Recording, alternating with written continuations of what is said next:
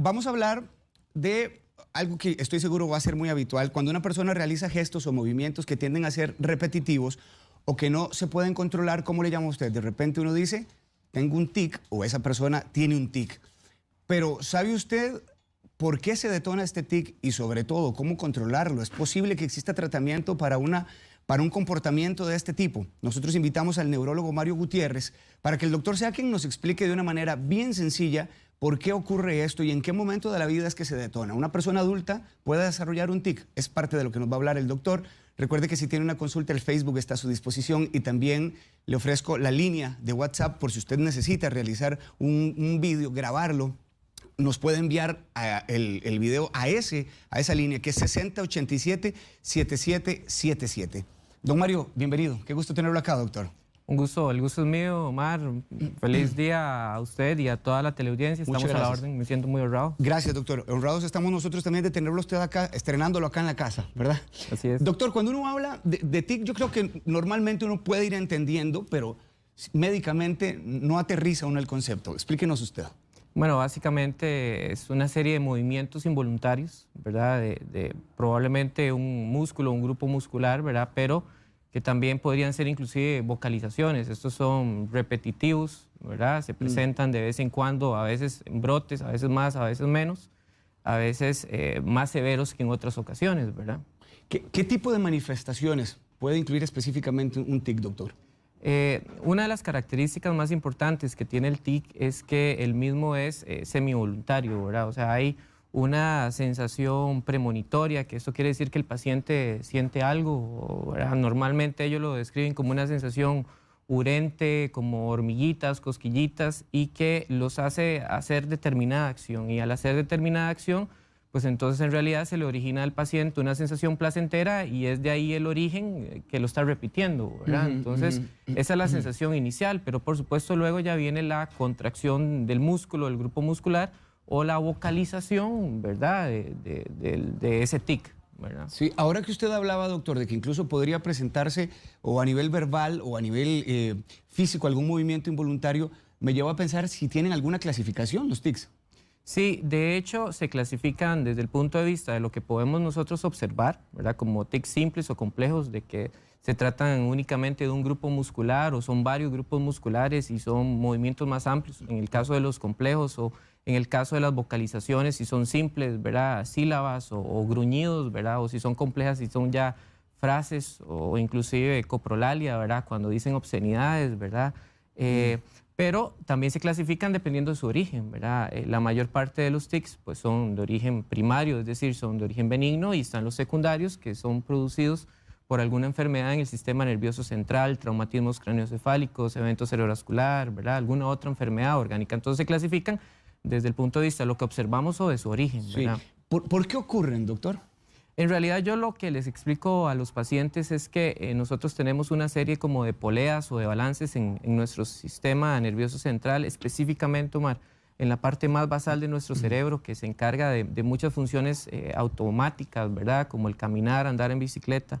Entonces resulta que estas poleas pues lo que hacen es una serie de agonismos, o sea, tratar de realizar el movimiento, y otros como tratar de delimitarlo para hacerlo bien, en tiempo, forma, ¿verdad?, en circunstancias adecuadas. Pero lo que normalmente sucede en estos pacientes es que ellos tienen una susceptibilidad genética para que los neurotransmisores o los mensajeros bioquímicos que producen el movimiento estén más ávidos, estén saliendo más de sus terminales, y entonces originan movimientos inadecuados en tiempo, espacio, circunstancia. ¿En qué momento de la vida normalmente ocurren? Normalmente los tics que son primarios, los benignos, empiezan a ocurrir por ahí de las edades preescolares, escolares, ¿verdad?, alrededor de los 5 o 6 años, ¿verdad? Siempre se originan normalmente antes de los 18 años, ¿verdad? Cuando hablamos antes, mucho antes de esas edades, estamos hablando de otros tipos de trastornos del movimiento, y cuando son después de los 18 o 21 años, probablemente ya no estemos hablando de un tic primario, sino de alguna otra enfermedad que nos está causando tics. Sí, doctor, uno como padre de un niño, ¿cómo puede comenzar a darse cuenta que se está tratando de un tic y no de una conducta aprendida por una serie de televisión que está observando, que también suele a veces ser bastante común? Sí, es correcto. En realidad, estos tics son producidos en edad escolar, en donde ellos son como esponjitas, ¿verdad? Muchas veces, ¿verdad? Y aparte de ser conductas aprendidas, normalmente su cerebrito está en una etapa de desarrollo muy importante, en donde hay una gran cantidad de neurotransmisores, ¿verdad? Que buscan el desarrollarse en sí el cerebro a través de actividades físicas, motoras, ¿verdad? Entonces, ¿cuándo nos daríamos cuenta? Bueno, cuando son conductas repetitivas que se presentan no solamente cuando el niño está estresado, ¿verdad? Sino también cuando no lo está tanto, ¿verdad? Entonces, no necesariamente tiene que ser siempre cuando está viendo televisión, sino en otro tipo de actividad donde él está más relajado, ¿verdad? Como en situaciones familiares. Pero barájeme un poquito esa parte para yo entenderla. Si el niño no está expuesto, por ejemplo, a una situación traumática o una situación estresante, ¿qué podría detonarle el tic en ese momento, doctor? Eso es una excelente pregunta y por eso yo creo que agradecemos que traigan a colación el tema, igual todos los familiares. Esto es una susceptibilidad genética, Omar, y no es que necesariamente el niño o la familia esté pasando una situación, digamos, emocional, necesariamente que sea esa la que se lo haya causado. Se lo pueden agravar, ¿verdad? Ambientes estresantes o una situación familiar le pueden agravar los tics. Pero no es que los niños hayan sido agredidos o se hayan llevado un susto, un accidente de tránsito y por eso les haya dado el tic, me explico. Es simplemente una situación, una susceptibilidad genética en un momento de vida en donde pasado ese momento de vida probablemente resolverá, ¿verdad? Sí. Ahora que usted hablaba incluso, doctor, que podría estar asociado desde también una arista psicológica, ¿qué papel juega aquí un trastorno obsesivo compulsivo en una persona que desarrolla un tic? En realidad, los tics son bastante frecuentes en trastornos conductuales, ¿verdad? Y entonces, el trastorno que más asocia, Omar, es en realidad el trastorno del déficit atencional y de hiperactividad. Eso, en algunas series de casos o en algunos estudios clínicos, llegan a ser hasta en el 80-90% de chiquillos que tienen trastornos del déficit atencional, tienen también enfermedades de tics, ¿verdad? O tics. El obsesivo compulsivo, el trastorno obsesivo compulsivo se llega a asociar de tics hasta en un 30%, ¿verdad? Y en algunas ocasiones hay que diferenciar el tics de la compulsión, ¿verdad? Que es una acción que se desarrolla por miedo, por ansiedad de no desarrollarla, ¿verdad? Es un poco distinto al tic. Pero sí, se asocia no solamente a eso, sino también a trastornos de ansiedad, depresiones, sino inclusive a trastornos del espectro autista, los tics. Entiendo. Usted en su experiencia, doctor, porque sé que hay diferentes tics, normalmente a veces hay movimientos de la cabeza o personas que se muerden los labios o se muerden la lengua o hay un tic con la nariz, pero dentro de su experiencia, ¿cuáles son los tics más frecuentes que ustedes se topan? Por definición, de hecho, los tics tienen que ser normalmente del tronco superior hacia arriba, es decir, hombros, cuello y cara, ¿verdad? Entonces, lo que normalmente nosotros vemos es el parpadeo, ¿verdad? El parpadeo, una especie de muecas o a veces como ciertos movimientos de cuello o de hombro, ¿verdad? Esos son, por definición, los tics más frecuentes que uno ve. Doctor, yo sé que, por ejemplo, hay un caso del síndrome de Tourette que también usted ahora lo estaba mencionando por encimita. ¿Está asociado directamente también con el tema de los tics? Sí, es correcto. Digamos que el síndrome de Tourette es una enfermedad de tics, ¿verdad? El tics, normalmente los tics esporádicos, los benignos son tics que son de presentación única, solo un tipo, ¿verdad? El síndrome de Gilles de la Tourette pues, se caracteriza porque está la presentación de varios tics al mismo tiempo. Y normalmente esos tics, que normalmente son motores, se asocian también de vocalizaciones o de tics fonéticos, ¿verdad? Porque en realidad no siempre que uno emite un sonido es por cuerda vocal, ¿verdad? Hay otros grupos musculares asociados que se pueden contraer y ocasionar ese sonido. Cuando usted hablaba ahora, doctor, de incluso palabras obscenas en algunos de los pacientes, estamos hablando también dentro de la categoría de un tic. Sí, es correcto. De hecho, uno ve que eso es algo importante, ¿verdad? Normalmente uno piensa que los síndromes de Tourette asocian en su gran mayoría la coprolalia, ¿verdad? O el decir obscenidades o inclusive el hacer gesticulaciones obscenas, ¿verdad? Pero en realidad este tipo de tics que está más asociado al síndrome de Tourette, la gente que padece Tourette lo asocia en una minoría, menos del 10% de los casos. Pero sí es un rasgo muy llamativo y que es relativamente fácil de identificar a los pacientes que padecen de Gilles de la Tourette porque asocian esa característica que no normalmente una persona con un tic la asocia. En nuestro país, ¿cuánto estamos hablando? ¿Qué tan común es esta situación, doctor? Bueno, en realidad nosotros carecemos de estudios, digamos, epidemiológicos, pero lo que se han descrito en otras series, ¿verdad? En Estados Unidos es que, por ejemplo, tics esporádicos, tics normales en edad escolar llegan a ser alrededor como de un 10%. ¿verdad? Algunas series llegan hasta el 25%, pero creemos que eso está un poco sobrevaluado. Probablemente 1 de cada 100 chiquillos padecerá de tics, y de Gilles de la Tourette es aún más raro, ¿verdad? 0.3, 0.5%, ¿verdad? ¿Como padres teníamos que preocuparnos o esto va a pasar en algún momento? En realidad lo que tenemos que hacer es tener una actitud observadora y vigilante, simplemente, ¿verdad? Porque muchas veces los papás tenemos una actitud un poco ansiosa, ¿verdad? Y estamos incidiendo sobre el niño: mira, deja de hacer eso, mira, percatate que estás haciendo eso, mira, eso es mal visto.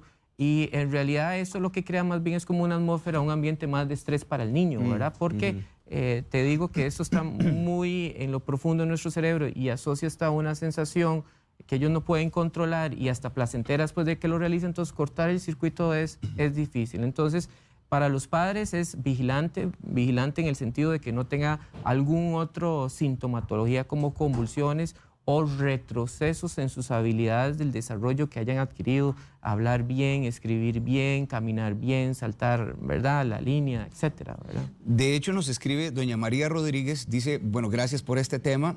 Dice que tiene un hijo de 14 años que toda su vida ha brincado de un tic a otro, pero desde el año pasado, doctor, tiene uno que no cambia y que es combinado. Dice ella, gira los ojos a un lado y hacia otro lado y también mueve la cabeza. ¿Es malo decirle que lo controle?, pregunta esta mamá. Trato de no hacerlo, pero con este tic me da pena que al volver a clases lo puedan molestar. Y este es un tema también importantísimo que es, por decirlo así, una consecuencia colateral del tic en sí mismo, doctor. De hecho, es la raíz del problema, es lo que estamos hablando. Bueno, agradecerle por la pregunta. Lo normal en los tics, ¿verdad?, en las enfermedades de tics simples, es que estos vayan evolucionando un poco durante el tiempo. O sea, no necesariamente esa situación es patológica. De hecho, podríamos decir que es normal. Es decir, a veces empiezan con cierto parpadeo, a veces con ciertas contracciones de algunos grupos del músculo de la cara y luego del cuello. El hecho de que ya se quede en un tipo de tic tampoco es anormal. Ahora, el problema de decirle la cosa quizás es cómo decírselo. Me explico. A veces, si ya somos un poco más adultos y tenemos la capacidad, porque eso se trabaja a través de psicoterapia y de abordajes conductuales, ¿verdad?, y consejería psicológica, psiquiátrica, es sí, efectivamente, tratar de controlar el origen del tic y tratar de cambiar el tic que se realiza por alguna otro automatismo motor que sea quizás un poco más aceptado. Pero si estás como papá diciéndolo, mira, fulanito, deja de hacer eso, mira, te van a hacer bullying, entonces cuando llegue a la escuela, pues entonces va a estar estresado, ansioso de que le hagan bullying, y al primer bullying entonces ya no lo va a poder controlar. Es como una cadena. Yo me imagino, doctor, que en el caso de esta mamá también es algo bastante común, que además está de una manera de prever que esto le ocurra a su hijo, que ya tiene 14 años, nos dice doña María. Ella lo que quiere es lo mejor para su hijo y prever, pero les repito, para eso hay abordajes psicoterapéuticos y especialistas que la pudieran ayudar en el tema. Ese es el primer paso entonces para doña María, ojalá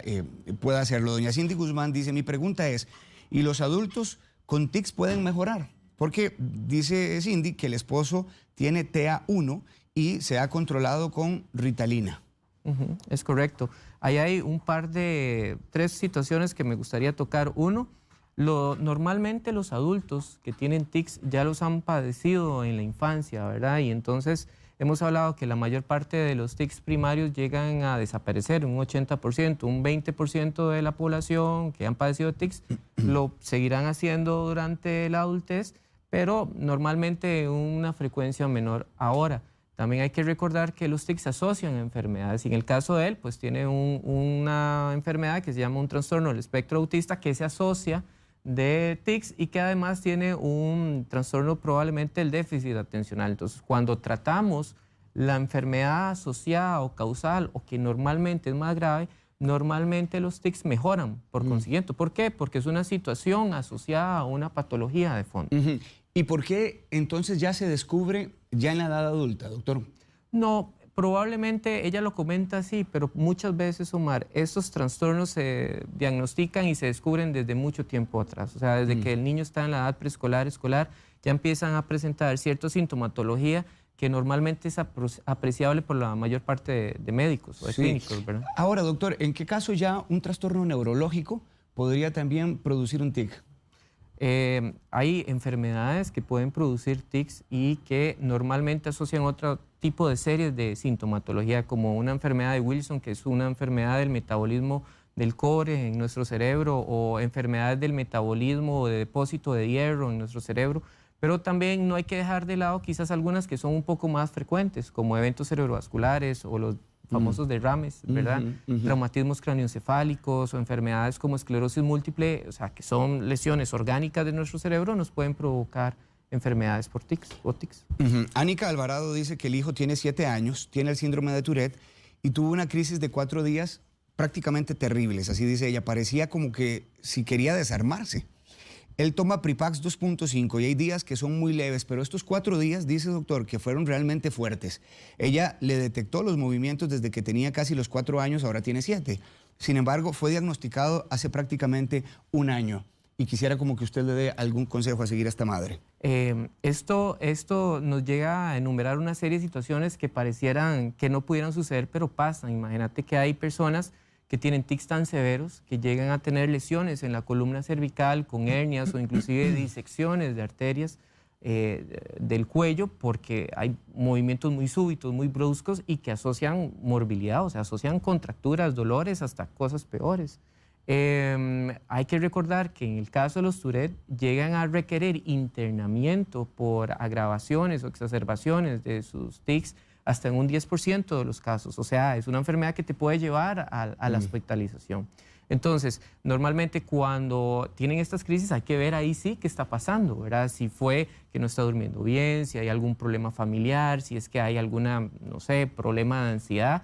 Y normalmente uno lo que hace ahí ya entonces es medicarlos con los medicamentos que tiene, pero normalmente tratar de lograr un control con varios fármacos a la vez, relajantes musculares para bajar la ansiedad y por supuesto con este tipo de medicamento que es un antipsicótico, que se llaman así, pero que en realidad lo que busca es tener un mejor control motor. Qué bien que usted toque esa palabra de ansiedad, porque por ahí va mi siguiente pregunta, doctor. Si un cuadro de ansiedad podría todavía exacerbar el tic y complicarlo más el panorama. Por ejemplo, es que esta mamá está hablando de 4 días que fueron literalmente complicados, por lo que nos dice Ánica. El cuadro de ansiedad, entonces, podría más bien también complicar la situación. Claro, lo podría complicar y lo podría asociar, ¿verdad? De ahí que mucho del enfoque psicoterapéutico está en lograr de tratar de identificar aquellas situaciones que pudieran ser más estresantes para el individuo o que podrían originar más esas crisis de tics para abordarlas desde previo con técnicas de relajación, de respiración, hasta que en el momento que se vayan a dar, pues dar tratamientos de rescate inclusive, ¿verdad? ¿Es usual que haya personas que no descubren que tienen un tic, doctor? Sí, es correcto, y esto es debido al mecanismo medio semiautomático que tiene el TIC, ¿verdad? Te digo que el lugar donde se origina, ¿verdad?, es en la parte más basal de nuestro cerebro, y pese a de que cuando se tiene el TIC y se quiere un abordaje, se trabaja en lograr identificar esa sensación premonitoria, esa sensación inicial que vos sentís antes de tener el TIC y de bloquearlo ahí. ¿De acuerdo? Hay muchas veces que ya esto es un circuito reforzado y es algo automático, como cuando caminamos o andamos en bicicleta, ¿verdad? Entonces, es simplemente un circuito que está ahí dando vuelta y muchas veces las personas ni se percatan que lo están haciendo, ¿verdad? Si uno, ¿cómo lo maneja uno? No en el caso de un niño, porque usted nos ha explicado con toda claridad cuál sería el planteamiento, pero si se trata de un adulto, doctor, ¿cuál debe ser el manejo también de la familia? Es muy importante hablar con los familiares y con el paciente de las metas terapéuticas, ¿verdad? Porque muchas veces a ellos lo que les preocupa es el origen y ver a qué se asocia, ¿verdad? Si será una enfermedad mala. Cuando ya normalmente hablábamos y de que el papá tenía tics y que él tuvo tics en un principio y quizás ahora estamos viviendo una situación ansiosa o depresiva, pues quizás ese sea la raíz del problema del momento actual y haya que trabajarlo en ese momento, ¿verdad? Entonces, se rodea mucho de las circunstancias, porque uno tiene la idea y uno quisiera poder tener la respuesta y el tratamiento óptimo en donde tomas un medicamento y se van los tics. Y muchas veces lo que sucede es que los tics responden en algún porcentaje variable. El medicamento sirve, pero no desaparece por completo el tic. Y más aún si no estás tratando la raíz del problema. Claro. Porque a veces queremos quitar el tic, pero la raíz del problema es una situación estresante en el trabajo. ¿Usted recomienda que no solamente el paciente como tal tenga que informarse y llevar la terapia propia que usted está hablando, sino que también la familia, que sea un tratamiento integral? Exactamente, inclusive cuando estamos hablando de edades escolares es muy importante lo que estamos haciendo hoy, ¿verdad? Educar a los profesores, a los orientadores, a los familiares, no solamente estos chiquitos, sino de los chiquitos que podrían hacerle bullying al compañerito, ¿verdad? De saber de que un entorno estresante para el paciente, pues va a actuar en peor la exacerbación de los tics, ¿verdad? En primer caso, doctor, ahora que las clases están iniciando, creo, usted es el experto, pero el especialista, que lo pertinente también es que estos padres informen a los educadores de esta situación que tiene el hijo, que tiene la hija. Claro, perfecto. Inclusive que los ha llevado a consultas médicas, que ya les dijeron de que no es nada malo, pero de que quieren crearle el mejor ambiente para el chiquito o para la persona, ¿verdad? En sí. Y que debemos de todos colaborar en pro de eso, ¿verdad? Es que llevándolo a la vida del día a día, doctora, a la parte práctica, una persona que tiene un tic de estos, por ejemplo, está en el cine o está en algún lugar y no puede controlarlo, o está en un funeral y esta situación se sale de control, para la mayoría que desconoce esto podría ser un poco extraño. Chocante, podría claro. ser, ¿verdad? ¿Cuándo ya este tic, aunque usted me lo decía antes un poquito, pero cuándo ya este tic se sale de nuestras manos y más bien puede traer complicaciones? No, definitivamente que aquí el que tiene la palabra es el paciente y bueno, en el caso de los niños, los familiares del niño, ¿verdad? Porque si ya vemos que tiene mucha carga social, tiene mucha carga estética, tiene mucha carga anímica, pues definitivamente habrá que instaurar el tratamiento. El tratamiento, entiéndase que no es única y exclusivamente farmacológico, ¿verdad? Debemos de hacer un abordaje psicológico, con técnicas de respiración, con los abordajes de los diferentes entes, ¿verdad? El ambiente laboral, lo educativo donde se desarrolla y, por supuesto, instaurar un tratamiento farmacológico que le ayude al paciente. En el caso de esta televidente que se llama Lucy Reyes, dice que el hijo tiene 5 años y hace como un mes él comenzó, doctor, que cada vez que habla repite las cosas en voz baja. Y me parece muy, muy oportuno lo que esta mamá plantea, si esto puede ser un tic también, o si más bien es la costumbre repetitiva de la que usted hablaba. ¿Y cómo debe tratarlo? Perdón, es un tic, se llama palilalia y sí es un tic, ¿verdad? Es un tic fonético o vocal en este caso, sí, ¿verdad? Porque produce sonido a través de las cuerdas vocales. Y no, pues nada, tiene 5 años, es lo que estamos hablando, ¿verdad? Vigilarlo, observarlo, ver que no haya presencia de otros tics, ¿verdad? Ya hemos dicho que los tics transitorios normalmente son benignos y estos durarán probablemente la mayor parte de las veces hasta menos de un año. A veces son 4 meses y ya está, ¿verdad? Si ya duran más de eso, un año, tampoco es que son malos, son tics crónicos, pero en realidad lo que hay que ver es que no vaya asociando otros tics al mismo tiempo, ¿verdad? O que tenga tics motores y otras cosas, trastornos de conducta, déficit atencional, obsesivo compulsivo. ¿Cómo diferenciar un trastorno obsesivo compulsivo de un tic, doctor? Bueno, eso es una excelente pregunta. En realidad los tics tienen la característica de que son un tipo de movimiento, ¿verdad? Y tienen la sensación premonitoria. Sentís esas hormiguitas o hormigueos en los párpados que te hace cerrar los ojos o en el cuello que te hace extenderlo. En el caso del trastorno obsesivo compulsivo, pues son una serie de conductas obsesivas, rígidas, ¿verdad? Que son difíciles de cambiar, y compulsiones que son no solamente un tipo de movimiento, ¿verdad? Sino lavarse bien las manos o lavar bien el estante o lavar bien lo de la puerta donde se agarra, ¿verdad? Entonces son una serie de acciones en donde ya es distinto al tic, que es solamente un músculo o un grupo muscular el que hace el movimiento. Ahora que usted hablaba del trastorno del espectro autista, doctor, que claramente no es una enfermedad, sino que es una condición, y yo pienso que hay que ir rompiendo con ese paradigma, ¿verdad? De que muchas veces ha sido como llamado enfermedad y realmente es una condición. La misma pregunta quería formularle con respecto al trastorno obsesivo compulsivo.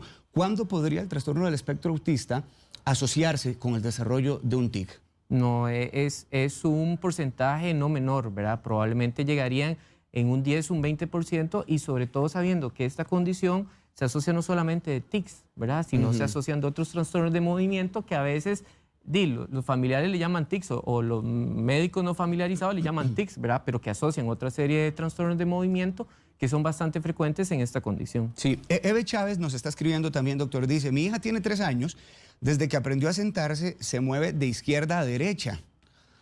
Le diagnosticaron pseudocrisis epiléptica y quiere saber esta mamá si esto tiene también alguna relación con los tics. Ok, como toda la medicina no hay como poder evaluar bien el paciente y ojalá ver un video o verlo en el consultorio. Pero normalmente este tipo de movimientos no son tics, ¿verdad? Estamos hablando de que hay varios tipos de trastornos de movimiento. Probablemente esto sea más estereotipias. Estereotipias son movimientos que son de grupos musculares más amplios y son como de un rango muscular más amplio. Y normalmente son, hemos dicho que los tics son de una manera esporádica, esos son algo un poco más repetitivo. Las estereotipias no necesariamente son negativas, ¿verdad? Son malas, ¿verdad? Pero habría que evaluarla en el contexto de la paciente, ¿verdad? ¿Cuánta duración puede tener un tic, doctor? Son milésimas de segundos, ¿verdad? Es decir, desde el momento de la contracción muscular. ¿Cuánto puede durar un tic? Pues ya te he dicho, ¿verdad? Lo que es normal es que antes de los 18 años resuelva el 80% de los casos y quedará un 20% que seguirá padeciendo en la adultez. A veces más, a veces menos, a veces no lo tendrá, a veces en situaciones de estrés lo tendrá más. Esto que usted plantea también me llama mucho la atención, doctor, porque he escuchado también de mucha gente decir, anda como descontrolado, ¿verdad? Como que anda más ansioso, anda más estresado. Este tipo de nivel de estrés, este tipo de nivel de ansiedad repercute directamente en el tic, incluso en su duración, en su severidad, tiempo. claro, ¿Sí? absolutamente, ¿verdad? Bueno, es un poco lo que habló la mamá del chico con Tourette, que tuvo 4 días muy mal y que habrá debido haber un desencadenante, un descompensante de su condición, ¿verdad? Es cierto, ¿verdad? Entonces, tics que pasaban desapercibidos, pues se pueden empeorar por una situación, un enojo con el jefe o un accidente de tránsito, ¿verdad? Sí. ¿Cuándo ya se realiza el diagnóstico? ¿Y cómo se hace, doctor? En realidad no hay ninguna prueba de laboratorio o de gabinete, es decir, TAC o resonancia magnética que te diga el diagnóstico, ¿verdad? Es a través de la observación clínica, de una buena historia clínica, de entrevistar al paciente, sus familiares, de ver al chico o al paciente, ¿verdad? El tipo de movimiento que realiza, y la vigilancia y observancia en el tiempo, ¿verdad? De ver de que esto no cambia o que cambia muy poquito y de que no asocia alguna otros síntomas o signos de preocupación, de alarma. ¿Qué tratamiento se da? El abordaje normal que debería de ser, de hecho, la piedra angular de todo es el abordaje conductual o psicológico, ¿verdad? Que hemos hablado, pero también hay tratamiento farmacológico y eso es importante que los papás y los que lo padecen entiendan que hay tratamientos hasta para tics leves, hasta para tics severos, ¿verdad? Y que entonces, dependiendo de la condición y dependiendo de la meta y de las expectativas que tenga el paciente y la familiar, pues instaurará uno u otro, dependiendo si el tic es muy severo o es algo relativamente leve, ¿verdad? Yo creo que aquí también es importantísimo, doctor, llegar ya como a cuándo hay que consultar al médico. O sea, ¿qué deben observar los padres e incluso las personas adultas que nos están viendo de cuándo ya es necesario ponerle un control y un tratamiento? No, definitivamente cuando afectan nuestras actividades de la vida diaria necesitaremos empezar el tratamiento. Es decir, cuando el niño no puede poner atención porque está que cierre los ojos, ¿verdad? Y no puede ver la pizarra, o ahora que está en clases virtuales, o inclusive es una fuente de desconcentración de los compañeritos. Pero también he tenido casos que en los adultos, ¿verdad? Que igual, que ellos se sienten incómodos, no pueden estar en una actividad laboral porque entonces está con el tic. Y entonces esto le afecta o la exposición o la charla o en general la interacción con sus pares, ¿verdad? He escuchado incluso que hay personas que tienen tics, doctor, que como técnica de solución se colocan frente al espejo como para intentar ver en qué momento es que ocurre el tic. Y he visto que algunas personas incluso me han dicho, a mí me ha funcionado. ¿Esto podría ser un ejercicio práctico? Sí, de hecho, lo que consiste y es la base de todo es identificar esa sensación, ¿verdad? Que es la previa a tener el tic, ¿verdad? Entonces, al identificar esa sensación y al ver qué tipo de tic vos tenés, lo que tratás de entrenar frente al espejo es cambiar un poquito el tic para que sea de menos rango, de menos severidad, menos mal visto, ¿verdad? En las circunstancias determinadas, ¿verdad? Que el parpadeo sea más leve o cambiar un poco el movimiento por algo que sea un poco más socialmente aceptable. Y por supuesto que si esto falla, tenemos opciones terapéuticas desde anticonvulsivantes hasta los antipsicóticos que pudieran ayudar, ¿verdad? Sí. Dice Graciela, si un adulto joven que se arranca los pelitos de las cejas, esto podría ser un tic y si podría ser tratable, parte de lo que usted nos ha comentado. Pero dentro de su experiencia, doctor, ¿este tipo de conducta podría ser considerado un tic? No, estos son una serie de movimientos que son más estructurados, ¿verdad? Entonces, cuando estamos hablando de movimientos más estructurados, podríamos estar hablando de estereotipias o de conductas de la condición del trastorno del espectro autista, pero necesitaríamos ver el caso en particular, ¿verdad? Y a propósito de esto, Silvia Portugués plantea, doctor, explíqueme cuál es la diferencia entre un tic y las estereotipias.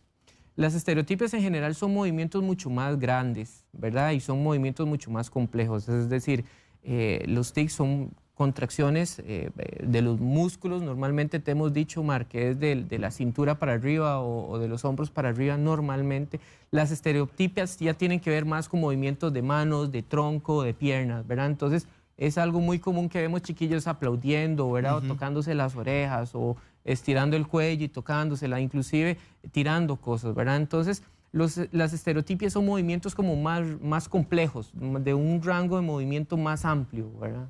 Ya en un adulto, doctor, ¿una técnica de relajación, determinada técnica de relajación, también podría contribuir como un tratamiento alternativo? Absolutamente, técnicas de relajación, técnicas de concentración alterna, de desviar tu atención hacia lo que te está estresando y pensar en otra cosa, ¿verdad? Todo eso es en lo que se basa el enfoque conductivista de precisamente cambiar esas conductas de riesgo que te originan los tics. Comprendo. Dos preguntas más, doctor. Silvia Portugués dice, no, esta ya se le dice, la relación entre tics y estereotipias. Crisia Vargas, solo quería saber, dice Crisia, parte de lo que usted estaba hablando del trastorno del espectro autista, que más estaba hablando de una condición. Y gracias, Crisia, también por hacernos usted este comentario. Doctor, regálenos usted sus últimas recomendaciones con respecto al tema. No, básicamente agradecerles a ustedes el interés porque es un tema importante ahora que estamos entrando en clases, ¿verdad? La educación a los papás, a los parientes, a los profesores, ¿verdad? Y simplemente recordarle a todos los papás y pacientes que existen abordajes multidisciplinarios para tratar esta condición y para que ellos tengan más calidad de vida si sienten que es una condición que los está afectando, ¿verdad? Me acaba de entrar otra pregunta, doctor, de parte de doña Marta Sandoval. ¿Comerse las uñas es un tic? No, yo no diría que eso es un tic, ¿verdad? Eso sería más un tipo como de manerismo, ¿verdad? Como maña, diríamos, ¿verdad? Más que, habría que ver también el trasfondo, ¿verdad? Si es que tiene una enfermedad de base, ¿verdad? Pero eso yo no diría que eso no está considerado. Don Mario Gutiérrez es neurólogo, doctor, muchas gracias. Con mucho gusto tenerlo acá en la casa. Quiero dejarle números de teléfono para que usted consulte con el doctor. 2208-1608, también 2522-1000 y la extensión 6042. O 6043 o 6044, una de esas extensiones. El número es 2522-1000 o 2208-1608 y el nombre del doctor Mario Gutiérrez. Gracias, doctor, nuevamente. El gusto es mío, Omar. Muy amable. Buen día.